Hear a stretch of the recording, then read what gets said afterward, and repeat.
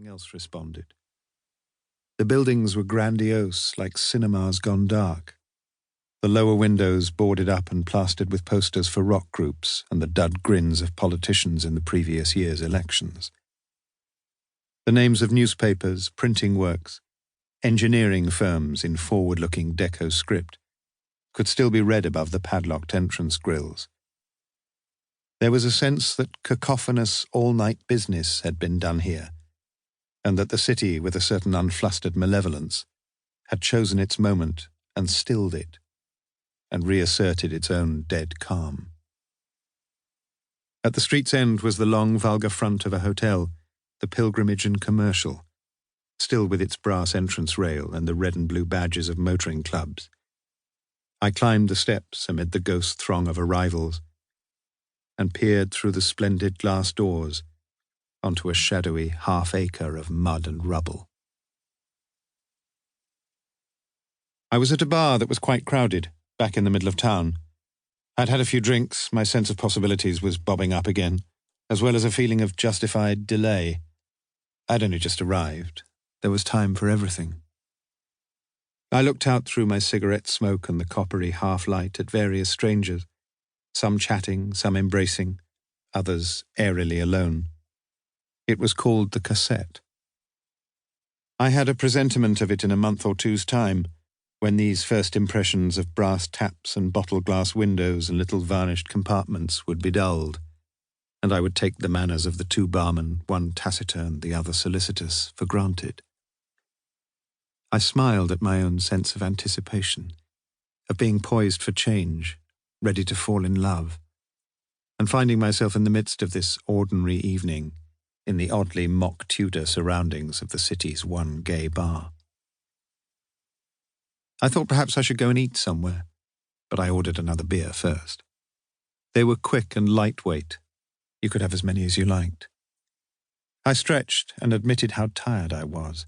I'd been up at dawn to leave, my mother speechlessly helping, unable to disguise her misery and anxiety as she drove me to the Dover train. I sympathized with her and felt confirmed in the rightness of what I was doing.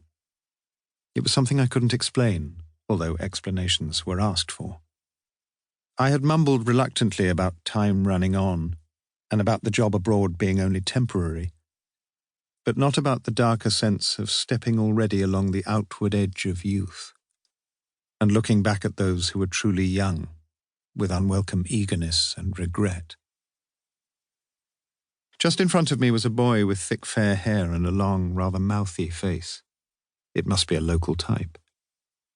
I saw that the older man he was with couldn't quite believe his luck, and was clinging to it with clumsy determination while it lasted, though the boy himself appeared relaxed by his frequent caresses.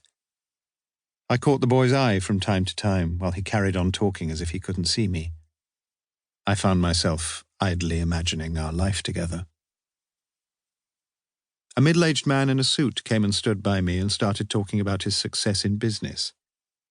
I was polite, as always, but he could probably tell I thought something wasn't right. He looked around a good deal and wanted seconding in his view of other people here. Several times he backed into the pathway of kids who were going to the loo and then turned his apology into a hurried half-embrace. Sex was very firmly at the top of his agenda, but in some obscurely unflattering way he seemed not to regard me as a sexual possibility myself. He asked if I had any contact numbers. I said no, and then wondered what they would put you in contact with. I couldn't explain to him my odd sexual economy of the past few years, the fantasy-ridden continents, the sparse ration of intense and anonymous treats. I didn't know how it had come about. I wasn't sure I could expect much from my hotel, the Mykonos, which advertised in the English gay press. It had seemed the usual stuffy warren when I checked in, the tiny lounge, sour and abandoned. At the other end of the bar, near the door, a man smiled at me quickly and skeptically, looked away, looked back.